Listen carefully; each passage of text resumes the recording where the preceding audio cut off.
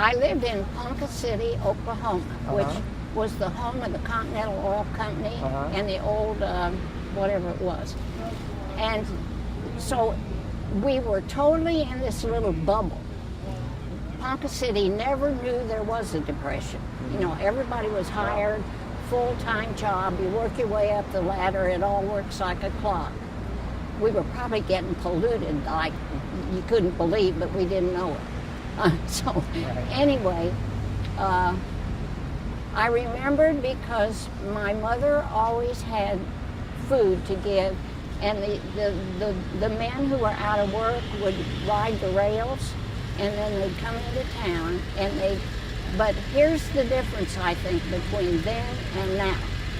I observed this many times. I was a little girl, and they would say, ma'am, and they were always very clean, neat. I don't know how they did it, but they never appeared, but they were hobos, quote.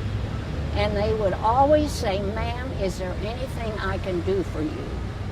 I would like to do some work, anything you want.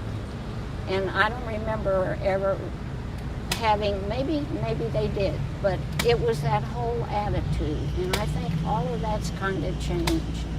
My father was a hard Republican. My mother was she hadn't been allowed to vote. I finally figured out, why did she work all these things? You know, and she was adamant, and she was a leader.